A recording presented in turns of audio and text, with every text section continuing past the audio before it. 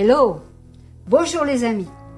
C'est un plaisir pour moi de partager ce moment avec vous, dans le but d'aller plus loin ensemble. Aujourd'hui, on va se poser une question. Dieu peut-il nous obliger à faire un choix? Une bonne question. Pour beaucoup, il semblerait que Dieu ne force jamais personne, mais il nous convie, nous invite à, il nous laisse libres, sous prétexte qu'il est amour. Allez, on va prendre un texte absolument sans aucune ambiguïté qui nous démontre qu'il n'en est pas toujours ainsi. On voit ça dans Marc 6, au verset 45. C'est le temps où Jésus était avec les disciples. Il y a eu ce qu'on appelle la première multiplication des pains. On voit donc dans Marc 6 au verset 45, aussitôt après, il obligea ses disciples à monter dans la barque et à le précéder sur l'autre rive vers Bethsaïda pendant que lui-même renverrait la foule. Ah, il semblerait que ce verset mette un sacré coup de pied à la théorie comme quoi Dieu n'oblige jamais. Obliger signifie forcer, contrainte, contraindre, imposer de force. Alors il n'y a pas de doute possible. Jésus peut exercer une pression sur ses disciples pour les obliger à faire telle ou telle chose. Au fond, pourquoi n'en aurait-il pas le droit? Il est écrit dans Colossiens 1 au verset 16, « C'est en lui que tout a été créé dans le ciel et sur la terre, le visible et l'invisible, trône, souveraineté, domination, autorité, tout a été créé par lui et pour lui. » Donc si nous sommes nés, ce n'est pas parce que nous l'avons choisi. Dieu a voulu que nous existions. Et cela n'a pas été ni de la volonté de la chair, ni de la volonté de l'homme, mais de la volonté de Dieu. Il en est de même en ce qui concerne la nouvelle naissance. Dans Jean 3, au verset 3, on voit bien Jésus avec Nicodème, et Jésus, face à Nicodème, lui répond « en vérité, je te le dis, à moins de naître de nouveau, personne ne peut voir le royaume de Dieu. » Et dans Jean 1, au verset 12 à 13, il est dit « mais à tous ceux qui l'ont accepté, à ceux qui croient en son nom, et là il est question de la parole, elle a donné le droit de devenir enfants de Dieu, puisqu'ils sont nés non au fait de la nature, ni par une volonté humaine, ni par la volonté d'un mari, mais qu'ils sont nés de Dieu. » Mais oui, la naissance biologique ainsi que la naissance dite de Dieu, c'est-à-dire la naissance spirituelle, ce qu'on appelle nouvelle naissance, n'est possible que par sa volonté.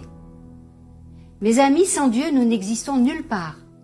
Cela nous parle encore de cette dépendance à Dieu dans laquelle nous sommes appelés à entrer sans demi-mesure. Nous n'existons pas dans sa volonté, ni dans la vie biologique, ni dans la vie spirituelle. Cependant, nous sommes libres de le suivre ou pas. Nous restons libres. Mais la parole nous dit, dans Galates 5, au verset 24 à 25, « Ceux qui appartiennent à Jésus-Christ ont crucifié leur nature propre avec ses passions et ses désirs. Si nous vivons par l'Esprit, laissons-nous aussi conduire par l'Esprit. » Donc, si nous agissons et servons le Seigneur, en réalité, c'est parce que c'est lui qui nous a fait. Nous avons été créés en Jésus-Christ pour des bonnes œuvres que Dieu a préparées d'avance afin que nous les pratiquions, comme nous le précise Éphésiens 2 au verset 10. Cependant, pour ce faire, notre volonté est censée être soumise à la sienne. Et dans ce cadre précis, Jésus va nous obliger à certains choix, certains actes. Juste un rappel, dans Matthieu 11 au verset 28 à 30, il est dit « Venez à moi, vous tous qui êtes fatigués et courbés, sous un fardeau, et je vous donnerai du repos. Acceptez mes exigences et laissez-vous instruire par moi, car je suis doux et humble de cœur, et vous trouverez le repos dans votre âme, pour votre âme. En effet, mes exigences sont bonnes et mon fardeau est léger. Et oui, cette parole est sûre. Accepter de nous soumettre aux exigences de notre Seigneur est préférable à toute liberté, car de fait, c'est le moyen d'entrer dans ce repos, d'avoir cette paix sans aucune mesure, sans aucune commune mesure que Dieu seul peut nous donner et qu'il nous est impossible de fabriquer, même avec un gros compte en banque. Mais qu'en reste-t-il aujourd'hui? Si selon sa promesse, son joug est doux et son fardeau léger, pourquoi deviennent-ils parfois si pesants et douloureux? Ne serions-nous pas devenus récalcitrants à la parole et au Saint-Esprit, au point de nous soustraire à l'autorité de Dieu? Or Dieu ne veut pas que nous nous perdions dans les méandres de notre volonté. Et s'il nous oblige, parfois, s'il nous oblige, c'est qu'il y a des moments où il ne peut pas faire autrement. En conclusion, mes amis, tout cela est résumé dans ce verset de Matthieu 26, 39. Toutefois, non pas ce que je veux, mais ce que tu veux. Cette parole, vous pouvez la retrouver. C'est Jésus qui l'a dite lui-même dans le jardin de Gethsémane, lorsqu'il a dit à son Père, alors qu'il était en route pour la croix, toutefois, non pas ce que je veux, mais ce que tu veux. Il s'est soumis à la volonté du Père. Allez, on s'attache à sa volonté, à la parole, on chérit l'Esprit de Dieu en nous et on va plus loin.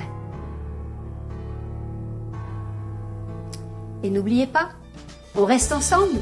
Abonnez-vous à notre chaîne YouTube, Église Novation officielle. Et très important, cliquez sur la cloche de notification pour recevoir des alertes lors des prochaines vidéos. Vous pouvez aussi nous suivre sur Facebook et Instagram.